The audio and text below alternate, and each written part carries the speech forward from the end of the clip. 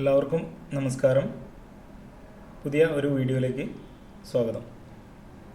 അപ്പോൾ ഇന്ന് നമ്മൾ പറയാൻ ഉദ്ദേശിക്കുന്നത് കംപ്ലീഷൻ പ്ലാൻ സബ്മിറ്റ് ചെയ്യുന്ന സമയത്ത് റെഗുലറൈസ്ഡ് കംപ്ലീഷൻ അല്ല, മുമ്പ് പെർമിറ്റ് എടുത്തു അതിൻ്റെ ഒക്യുപ്പൻസി കംപ്ലീഷൻ സബ്മിറ്റ് ചെയ്യുന്ന സമയത്ത് പലരും വരുത്തി വയ്ക്കുന്ന ഒരു മിസ്റ്റേക്ക് എന്ന് പറഞ്ഞാൽ നമുക്ക് പൈസേൻ്റെ നഷ്ടമുണ്ട്. അവിടെ നമുക്ക് ഫീസ് നഷ്ടം വരുന്ന രീതിയിലാണ് ഇത് ചെയ്യുന്നത്. അപ്പോൾ ഇതിനെക്കുറിച്ചൊരു വീഡിയോ ചെയ്യണമെന്ന് കുറച്ച് ദിവസമായി വിചാരിക്കുന്നു. ഞാൻ എന്തായാലും ഒരു ആപ്ലിക്കേഷനിൽ തന്നെ അത് ചെയ്ത് കാണിച്ചു തരാം. അപ്പോൾ നമുക്ക് ആപ്ലിക്കേഷനിലേക്ക് കടക്കാം. ഞാൻ മുമ്പ് പെർമിറ്റ് എടുത്ത് വെച്ചിട്ടുള്ള ഏതെങ്കിലും ഒരു ഫയൽ ജസ്റ്റ് ഒരു ഡമ്മി ആക്കിയിട്ട് നിങ്ങൾക്ക് ചെയ്ത് കാണിച്ചു തരാണ്. പെർമിറ്റ് ഓർഡർ ഒന്ന് കാണാം. 188.32 മീറ്റർ സ്ക്വയർ ഏരിയ വരുന്ന ഒരു റെസിഡൻഷ്യൽ കെട്ടിടം, സിംഗിൾ ഫാമിലി റെസിഡൻസ് ആണ്. ഇതാണ് നമ്മൾ പെർമിറ്റ് എടുത്തുള്ളത്. അപ്പോൾ ഇതിൻ്റെ ഒക്യുപ്പൻസി കംപ്ലീഷനിൽ നമ്മൾ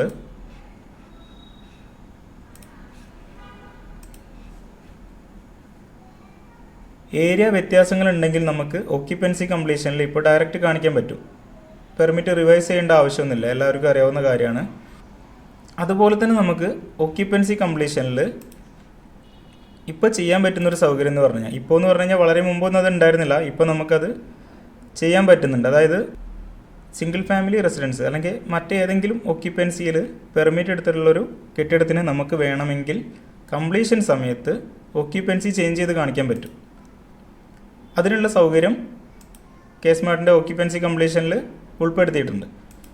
അപ്പോൾ ഞാനൊരു ഇപ്പോൾ ഇവിടെയൊക്കെ എന്തെങ്കിലും ഫില്ല് ചെയ്ത് കഴിഞ്ഞാൽ നമുക്ക് ആ ഓപ്ഷനിലേക്ക് പോകാൻ പറ്റുള്ളൂ. അപ്പോൾ ഞാൻ ഡീഡിലൊക്കെ ഏതെങ്കിലും ഒരു PDF ഫയൽ അപ്ലോഡ് ചെയ്ത് കാണിക്കുന്നുണ്ട്.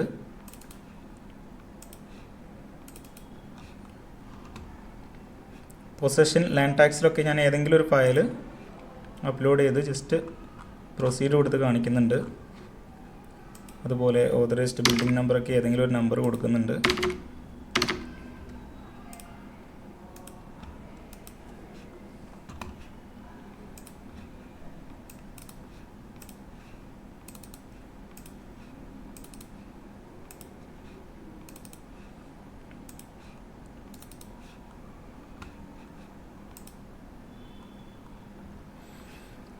ഇതാണ് നമ്മളുടെ ഗ്രൗണ്ട് ഫ്ലോർ, അതുപോലെ ഫസ്റ്റ് ഫ്ലോർ. ഇവിടെ ഏരിയ വ്യത്യാസങ്ങളൊന്നും വന്നിട്ടില്ല. ഞാനിപ്പോൾ ചെയ്ത് കാണിക്കാൻ പോകുന്നത് ഈ റെസിഡൻഷ്യൽ ബിൽഡിംഗ്, സിംഗിൾ ഫാമിലി റെസിഡൻഷ്യലായിട്ട് പെർമിറ്റ് എടുത്തൊരു ബിൽഡിങ്ങിനെ നമ്മൾ കംപ്ലീഷൻ സമയത്ത് കൊമേഴ്ഷ്യലാക്കി മാറ്റുകയാണ്. നമുക്ക് സാധാരണ ഈ കേസ്മാർട്ടിൽ ഈ ഒരു സൗകര്യം വരുന്നതിന് മുമ്പൊക്കെ നമുക്ക് റിവിഷനായിട്ട് കൊടുക്കേണ്ട ഒരു സാഹചര്യമായിരുന്നു ഉണ്ടായിരുന്നത്. ഇപ്പോൾ നമുക്ക് രണ്ട് ആപ്ലിക്കേഷനായിട്ട് ചെയ്യാതെ ഇപ്പോൾ ഏരിയ വ്യത്യാസങ്ങളൊക്കെ നമ്മൾ ഒക്യുപ്പൻസി കംപ്ലീഷനിൽ കാണിക്കുന്ന പോലെ തന്നെ ഒക്യുപ്പൻസി മാറിയിട്ടുണ്ടെങ്കിലും ഒക്യുപ്പൻസി കംപ്ലീഷനിൽ കാണിക്കാൻ പറ്റും. അപ്പോൾ രണ്ട് ആപ്ലിക്കേഷനായിട്ട് ചെയ്യേണ്ട ബുദ്ധിമുട്ട് ഒഴിവായി കിട്ടുമല്ലോ എന്ന് കരുതി ഇത് ചെയ്യുന്നവരാണ് കൂടുതലും കുഴപ്പത്തിലാവുന്നത്. എന്താണ് കുഴപ്പം എന്നുള്ളത് പറഞ്ഞുതരാം. എഡിറ്റിൽ പോയിട്ട് ഞാൻ ഈ റെസിഡൻഷ്യൽ എന്നുള്ള ഒക്യുപ്പൻസി കൊമേഴ്ഷ്യലാക്കി മാറ്റുന്നുണ്ട്. സബ് ഒക്യുപ്പൻസി ഒക്കെ മാറ്റി കൊടുക്കുന്നുണ്ട്, യൂസേജ് മാറ്റുന്നുണ്ട്. അതിനുശേഷം സേവ് ചെയ്തു. അതേപോലെ തന്നെ ഫസ്റ്റ് ഫ്ലോറിൻ്റെ ഏരിയയും ഫസ്റ്റ് ഫ്ലോറിൻ്റെ ഒക്യുപ്പൻസിയും ഞാൻ കൊമേഴ്ഷ്യലാക്കി മാറ്റുന്നുണ്ട്.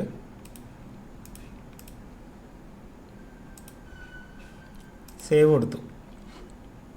ഇനി റൂൾ വെരിഫിക്കേഷൻ കംപ്ലീറ്റ് ചെയ്താലേ നമുക്ക് ഈ കുഴപ്പം എന്താണ് എന്നുള്ളത് കാണിക്കാൻ പറ്റുള്ളൂ. അതിനുവേണ്ടി ഞാൻ 16 പോയിൻ്റാണ് മാൻഡേറ്ററി ആയിട്ട് ചെയ്യേണ്ടത്. ഞാൻ ഈ 16 പോയിൻറ്റും 00 കൊടുത്ത് പോകുന്നുണ്ട്.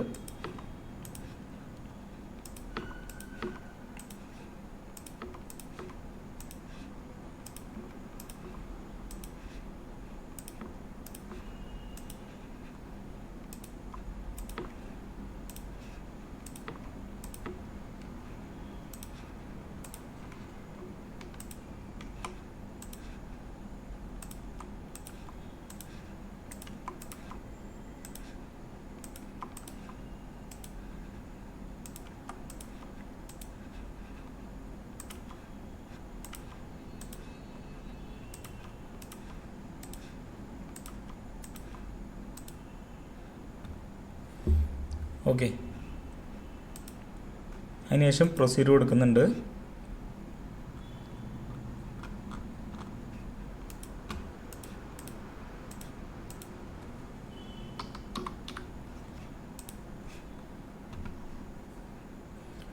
നമുക്ക് ഡോർ നമ്പർ 2 എണ്ണം ആവശ്യമുള്ളതായിട്ട് കാണിക്കുന്നുണ്ട്. ടോട്ടൽ കോമൺ ഏരിയയൊക്കെ ഞാൻ 0 കൊടുക്കുന്നുണ്ട്. ജസ്റ്റ് എന്താണ് ഇതിൻ്റെ പ്രശ്നം എന്നുള്ളത് നിങ്ങൾക്ക് മനസ്സിലാക്കി തരാൻ വേണ്ടിയിട്ടാണ്. ഒന്നാമത്തെ നമ്പർ സെലക്ട് ചെയ്ത് ഞാൻ ഗ്രൗണ്ട് ഫ്ലോർ സെലക്ട് ചെയ്ത് അതിൻ്റെ ഓക്യുപ്പൻസി ഒക്കെ കാണിക്കുന്നുണ്ട്. പ്ലിന്ത് ഏരിയ 107.91 ഗ്രൗണ്ട് ഫ്ലോർ വരുന്നത്.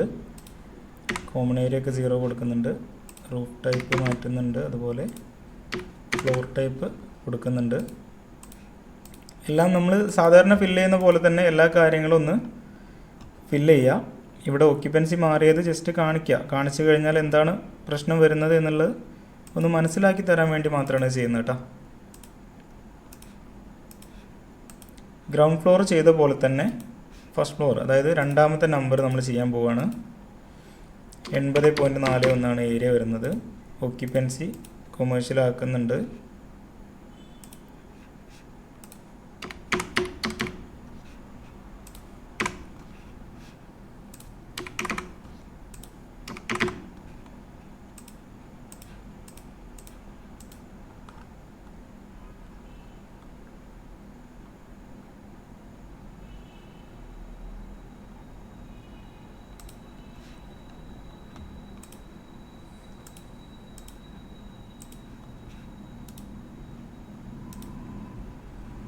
ഓക്കെ, അതുപോലെ തന്നെ നമ്മൾ സെസ് അടച്ചതിൻ്റെ ഡീറ്റെയിൽസും ഞാൻ ഏതെങ്കിലും ഒരു എമൗണ്ട് ടൈപ്പ് ചെയ്യുന്നുണ്ട്.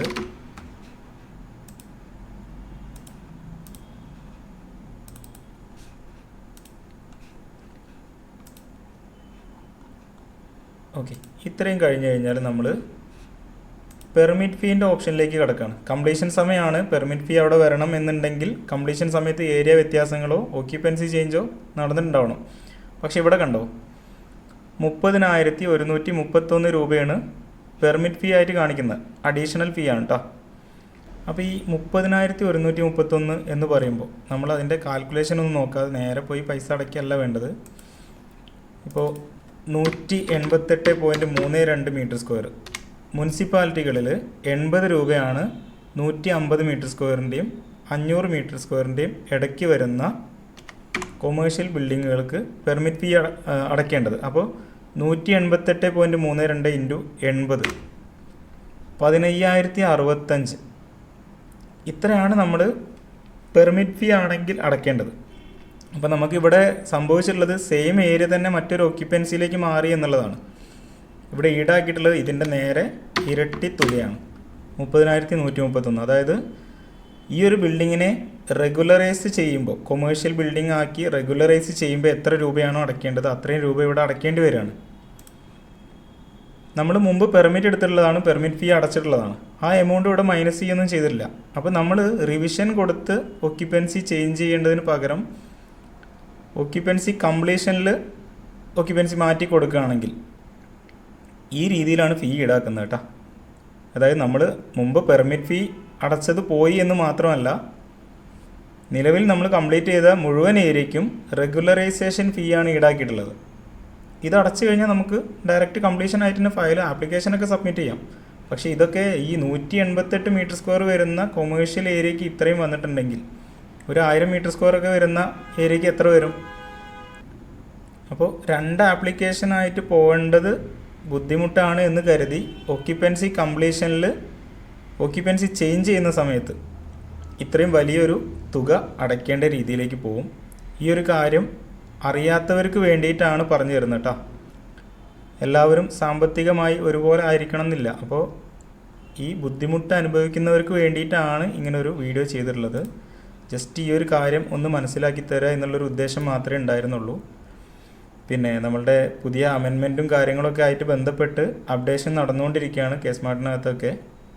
അപ്പോൾ വരും ദിവസങ്ങളിലൊക്കെ അതിൻ്റെ കൂടുതൽ കാര്യങ്ങൾ നമുക്ക് ഉപയോഗപ്പെടുത്താൻ പറ്റും. നല്ല രീതിയിലുള്ള ഇളവുകളും കാര്യങ്ങളൊക്കെ ഉൾപ്പെടുത്തിക്കൊണ്ടാണ് പുതിയ അമെൻമെൻറ്റ് വന്നിട്ടുള്ളത്. അപ്പോൾ എന്തായാലും അതിൻ്റെ കാര്യങ്ങൾ നമുക്ക് കണ്ടറിയാം. ലെയറിലും ആപ്ലിക്കേഷൻസിലൊക്കെ ചെറിയ വ്യത്യാസങ്ങൾ വരാൻ സാധ്യതയുണ്ട്. അപ്പോൾ അതൊക്കെ നമുക്ക് എന്തായാലും അപ്ഡേഷൻ കഴിഞ്ഞതിന് ശേഷം വീഡിയോ ആയിട്ട് തന്നെ ചെയ്യാം. ഇപ്പോൾ ഞാനിവിടെ പറഞ്ഞ കാര്യങ്ങൾ എന്തെങ്കിലും മനസ്സിലാവാത്ത ആളുകളുണ്ടെങ്കിൽ വാട്സപ്പിലൂടെയോ അല്ലെങ്കിൽ കമൻറ്റ് ബോക്സ് വഴിയോ സംശയങ്ങൾ ചോദിക്കാം. അപ്പോൾ എന്തായാലും നമുക്ക് മറ്റൊരു വീഡിയോയിൽ വീണ്ടും കാണാം. Thank you.